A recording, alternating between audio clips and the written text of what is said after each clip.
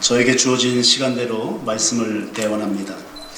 구약시대 율법의 대표가 모세라고 한다면 예언자요 선자의 대표는 엘리야입니다. 이런 저의 개인적인 생각이 아니라 바로 하나님께서 변화산상에서 보여주신 장면이요, 이것이 하나님의 뜻이라고 봅니다.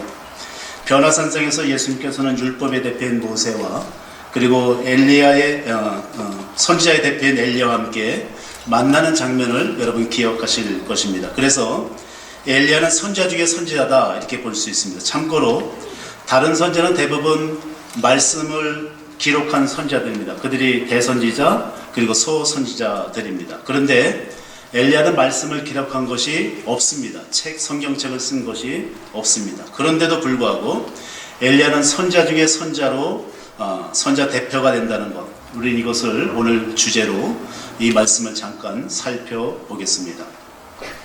이스라엘의 왕 아합 역대 이스라엘 왕 중에서는 물론 그 이외에도 가장 악한 왕이라 그렇게 인정을 받게 되었습니다.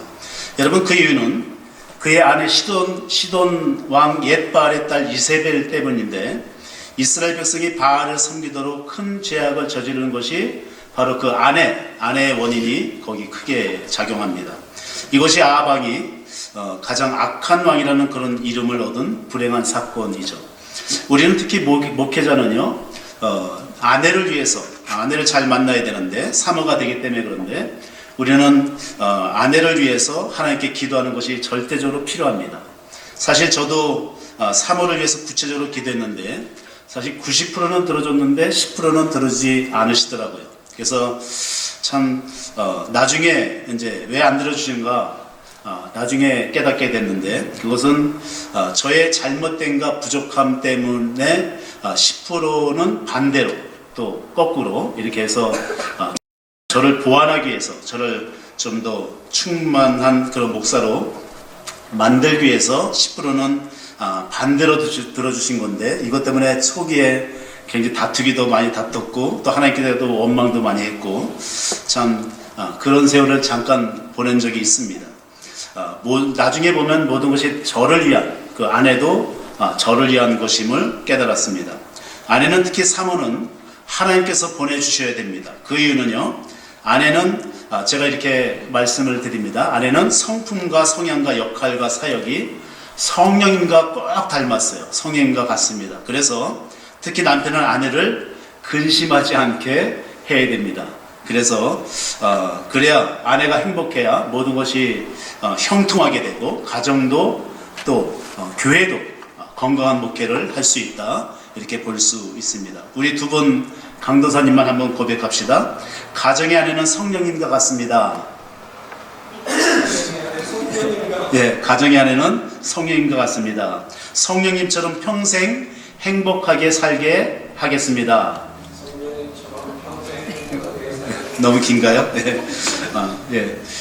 북이스라엘의 초대왕이었던 여로보암도 출애굽 시대 그 대제사장 아론을 통해 잠깐 만들었던 금송아지를 그는 한 개도 아닌 두 개를 만드는 그런 죄악을 저지릅니다. 거기다가 이스라엘 백성들을 강제로 두고 남과 북에 그 우상을 세워서, 금송아지 우상을 세워서 섬기도록 한 것이 바로 여로보암의 그런 죄입니다.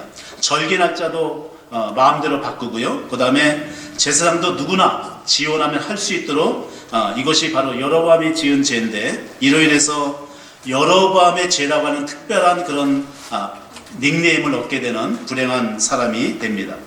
이 금송아지 우상은 오늘의 배금주의 사상과 똑같은데, 그저 내가 열심히 일해서 열심히 돈 벌어서 행복하게 잘 살자, 이게 이제 금송아지 우상이라고 한다면, 그런데 바울 우상은 좀 다릅니다. 바울 우상은 다 남의 것을 빼앗아도 되는 것이 바울 우상의 그런 본질, 그런 성격이 있습니다. 그래서 이것이 아합과 이세벨이 이스라엘 사람 나봇의 포도원을 빼앗는 사건이 성경에 기록된 것처럼 이게 참 굉장히 극악하고 나쁜 거죠. 이처럼 같은 우상이지만 하나님께서는 바알 우상을 더 극도로 싫어하시는 이유가 바로 여기에 있습니다. 이로 인한 결과는 성경에 나오듯이 비참한 그 자체인데, 바알 우상을 섬기는 그 성격대로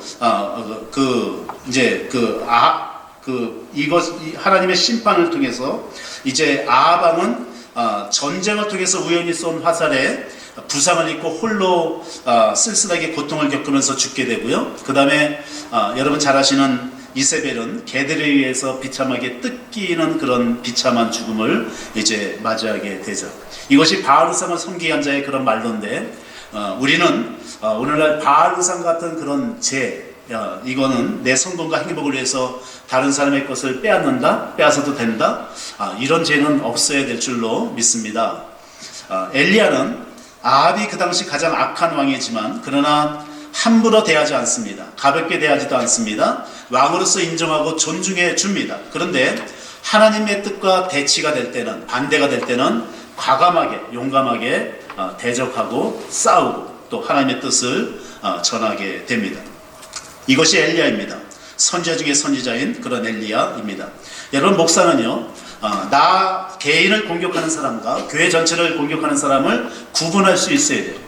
나를 공격하는 사람이 있을 때 그때는 내가 성격이 잘못됐나, 내가 행동이 잘못됐나, 내가 뭔가 그분에게 잘못한 것이 있나, 그것을 살펴보고요.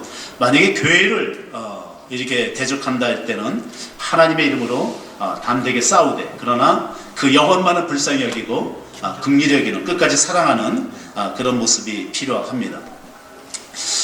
오늘 본문은 이스라엘 왕으로서 하나님의 뜻을 따르지 않고 오히려 자기 아내로 인해서 하나님의 뜻을 거부함으로, 그래서 이스라엘 백성들을 참 축복 속에 살아야 될 이스라엘 백성들을 파멸로 이끈 아합 왕에게 하나님의 뜻과 계획을 전하고 있습니다.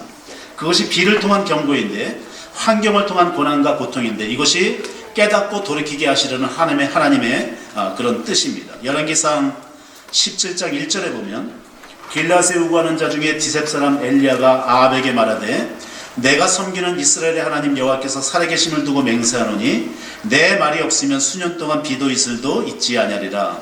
여러분, 이것이 엘리야가 첫 번째로 등장하는 첫 말씀입니다. 그는 왕 앞에서 당당하게 하나님의 뜻과 말씀을 전합니다. 그것이 가뭄이죠. 비가 내리지 않을 것, 그리고 이슬조차도 내리지 않을 거다, 그렇게 경고를 합니다. 그로 인해서 무려 3년 반 동안 비가 내리지 않게 되고, 그리고 3년이 되었을 때 드디어 하나님께서 열왕기상 18장 1절에서 비를 내리시겠다 엘리야에게 그렇게 말씀해 주십니다. 그래서 그렇게 해서 아합 왕을 만난 엘리야 선자는 갈멜 산상에서 바알의 선자 450명과 제사를 통해 누가 진짜 하나님이냐, 그 대결에서 결국 이제 450명을 죽이는, 심판하는 그런 일이 벌어지게 됩니다.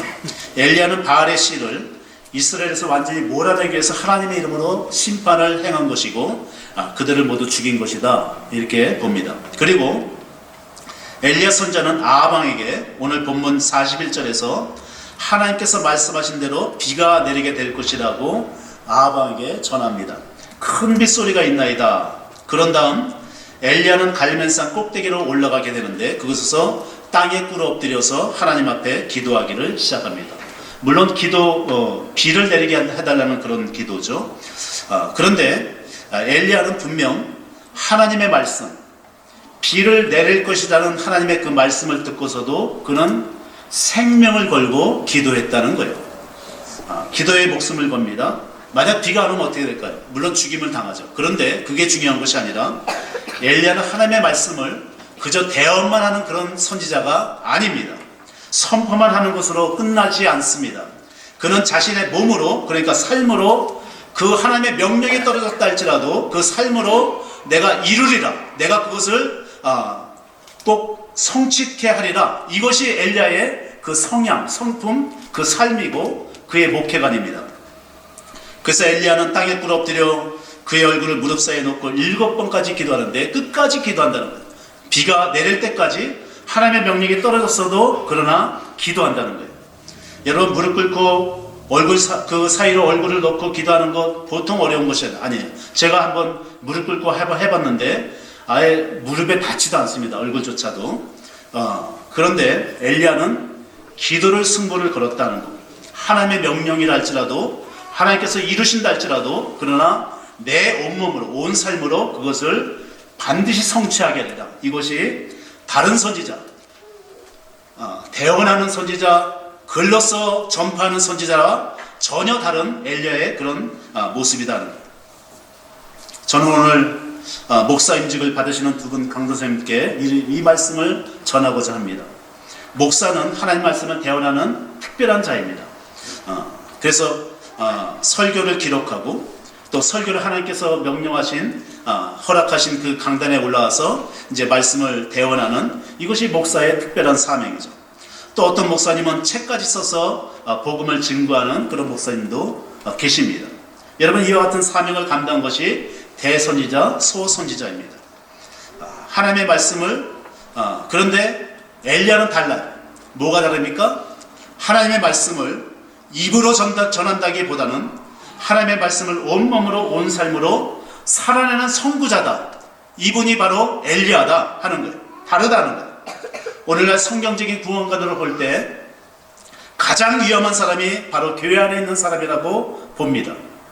항상 은혜 가운데 사는 사람이고요. 지식적으로 구원이 무엇인지도 다 알고 있는 사람이고요. 거기다가 적당히 착하고 선량하기까지 합니다.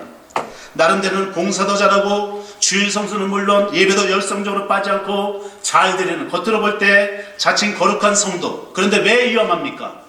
그 이유는요, 첫째, 다른 사람을 내가 말씀을 알게, 율법을 알게, 쉽게 판단할 수 있게 다른 사람을 내가 판단하니까 나는 옳은 것처럼 느껴질 수가 있어요. 두 번째, 내가 은혜 안에서 살기에 자신은 무조건 안전하다고 생각합니다. 내가 은혜 안에서 사니까. 세 번째, 지식으로 다 알고 있기에 이 사람의 머리는 자신은 그렇게 살고 있는 것으로 착각하고 있다는 거예요. 여러분, 세상에 있는 죄인은요, 어느 날 한순간 복음을 듣거나 깨닫고 그 순간 돌이킴으로, 회개함으로 구원을 받고 천국에 갈 수 있어요. 그런데 위에 위험한 사람들은 그 죽는 순간까지도 전혀 모르고 그렇게 살다가 죽을 수도 있다는 거예요. 그 중에서도 저도 포함해서 목사는 말씀을 대언하는 사람이기에 더욱 위험하고 더 정말로 진짜 깨닫지 못하고 그렇게 갈 수도 있다는 거죠. 목사는 항상 하나님 편에서 늘 거룩한 옷을 입고 있기에, 그러나 그 자신 스스로 엘리야처럼 온몸으로 내 삶으로 말씀을 이루는 그 삶을 살아내지 않고 살지 않으면 구원의 문은 들어왔다 할지라도 그러나 구원의 열매는 하나도 없을 수가 있어요. 때로는 목회 하다가 너무 지쳐서 삶을 엉망이 되고, 부부 사이도 이렇게 힘들어지게 되고, 가족들과의 관계도 피폐해서, 무엇보다도 내가 날마다 구원의 삶을, 말씀을 이루는 그 삶을 살아내야 되는데 너무 지치고 힘들다 보면 또 그러지 못할 때가 있다는 거죠. 그래서 구원의 열매가 없을 수 있다는 거예요. 여러분, 이것이 저를 포함한 여기 계신 성도는 물론 우리 목회자들도, 그리고 두 분 강도사님도 정말로 기억해야 될 이 말씀이라고 생각합니다. 오늘 말씀의 결론은 이것입니다. 우리는 언제나 엘리야와도 같은 그런 능력이 있어야 됩니다. 그 능력은 어떤 병고침이나 예언이나 그런 능력을 말하는 것이 아니에요. 바로 여호와의 능력을 말하는데, 엘리야처럼 하나님의 말씀하가 이루는 삶을 살게 될 때 그런 사람과 함께 하시는, 나와 함께 하시는 하나님께서 함께 하심으로 거기에 나타나는 능력을 말하는 거예요. 오늘날 목사가 이와 같은 능력만 있다면, 능력이 있으면 두려울 것이 없어요. 학벌과 지식이 소용이 없어요. 어떤 세상도 왕권도 그 권세도 두렵지 않습니다. 오직 내가 능력이 있다는 것, 목회자가 능력이 있다는 것 누가 합니까? 그 교회를 섬기는 성도님들이 다 알고 있어요. 먼저 합니다. 본문에서 엘리야가 여호와의 능력으로 마차를 타고 가고 있는 그 아합 앞에서 달려가고 있는 모습을 일반 성도, 우리 착한 성도만 보는 것이 아니라 나쁜 사람이라고 할 수 있는 그 세상 사람들이 다 보고 있듯이 우리 목사님이 능력이 있느냐, 능력이 없느냐, 성도들이 다 알고 있다는 거예요. 목회는 두 개의 길이 있습니다. 하나는 내가 탁월한 언변을 가지고 말씀을 대언하는 그런 길과, 말씀은 잘 못 전해도, 잘 못 언으래도, 그러나 내가 그 말씀을, 삶을 살아내는 그런 모습을 우리 성도들에게 보여주는 그 두 가지의 삶이 있습니다. 그 선택은 내가 하는 거예요. 그러나 그 누구라도 하나님 말씀을 삶으로 살지 않으면 단지 입으로만 고백하고 마음으로만 믿으며 나는 온전한 구원을 받았다, 그렇게 혼자나 생각할 수 있겠지만 구원의 온전한 열매가 없으면 구원이 성립되지 않는다, 성경적으로 말할 수 있어요. 또한 성도는 목사가 전하는 말씀의 은혜는 받아도, 큰 감동까지는 받아도, 그러나 들은 말씀 그대로 사느냐? 그렇지 않습니다.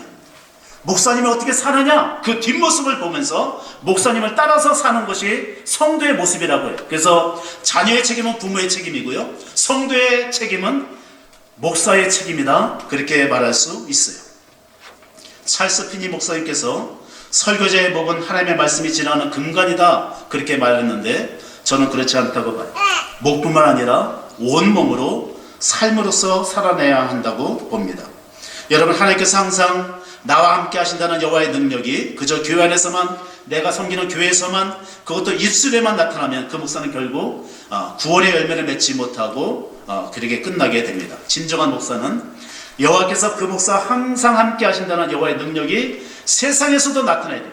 나를 미워하고 나를 원수처럼 여기고 나를 늘 괴롭히는 그 사람들, 엘리야가 아합 앞에서 인정받는 것처럼, 뭐 그 사람이 인정 안 한 것도 같지만, 그러나 목사는 그 사람들 앞에서도 내가 이제 스스로 입으로만 아니라 삶에서 그 삶에서 그런 모습이 나타나야 된다고 저는 생각합니다. 오늘 임직 받으시는 두 분 강도사님, 엘리야처럼 또 사도 바울처럼 정말 가장 귀하고 값진 목사로서 쓰임 받으시기를 예수님의 이름으로 축복합니다. 아멘. 오랜 세월 은퇴하게 되면 사명이 끝나는 것이 아니라 또 다른 사명을 통해서 또 하나님께서 나를 죽는 순간까지, 그래서 늘 주님과 함께함으로 하나님의 능력으로 늘 새 힘을 얻고 정말로 아름답고 복된 그런 목회가 되기를 예수님 이름으로 축복합니다.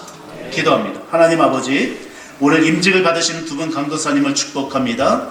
엘리야처럼 하나님 말씀을 날마다 내 삶으로 이뤄내므로 항상 여호와의 능력이 넘쳐나서 귀하게 쓰임받는 주의 귀한 종이 되게 하여 주시옵소서. 예수님의 이름으로 기도하옵나이다. 아멘.